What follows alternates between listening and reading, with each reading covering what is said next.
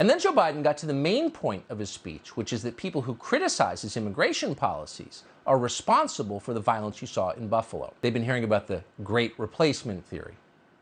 You've heard a lot about the Great Replacement Theory recently. It's everywhere in the last 2 days, and we're still not sure exactly what it is. But most painful and destructive of all, Biden is likely to use racial wounds in order to make his point. There is no behavior worse than this. How could you be surprised when that leads, as it inevitably will, to white identity politics?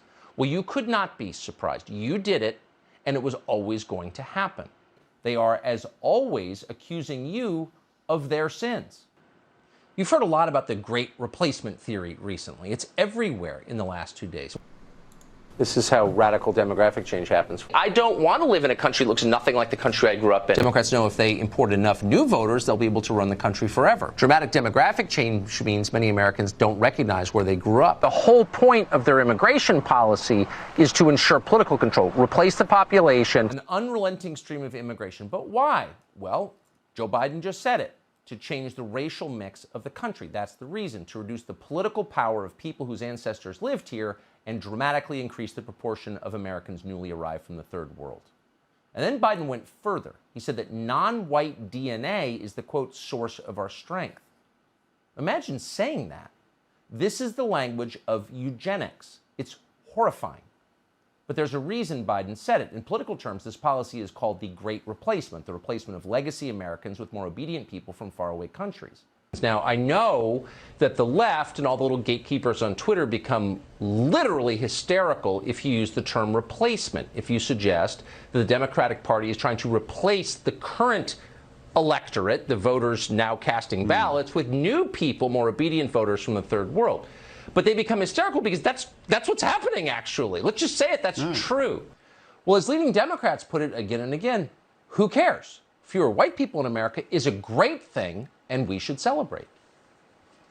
Right now, Stephen Miller and Donald Trump are at Mar-a-Lago, and they're throwing up because this is not the America they want to see. I was at the White House the other day, and guess who's got Stephen Miller's old office? Her name is Susan Rice. And she's one of us. And guess who is in Ivanka Trump's old office? Julie Rodriguez. Who? She is Cesar Chavez's I love Julie. Granddaughter. Did you hear that? Her name is Susan Rice. She's one of us. Meaning she's a Democrat? No. It means she's not white. Us is the non-white people cheering the extinction of white people. But most painful and destructive of all, Biden is likely to use racial wounds in order to make his point. There is no behavior worse than this. How could you be surprised when that leads, as it inevitably will, to white identity politics? Well, you could not be surprised. You did it. They've been hearing about the Great Replacement Theory. You've heard a lot about the Great Replacement Theory recently. It's everywhere in the last 2 days, and we're still not sure exactly what it is. But how are we defining racism? Ibram X. Kendi couldn't say. Despite making a bountiful living on the topic, getting rich talking about racism, he hadn't thought how to define the word. Well, the so-called intellectual on stage turned out to be an idiot. So they should have left, but they didn't. They just laughed nervously. They were worried if they said something about what had just happened, if they pointed out that the former Henry Rogers is in fact a fraud, they would be denounced as well.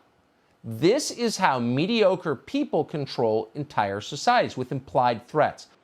But most painful and destructive of all, Biden is likely to use racial wounds in order to make his point.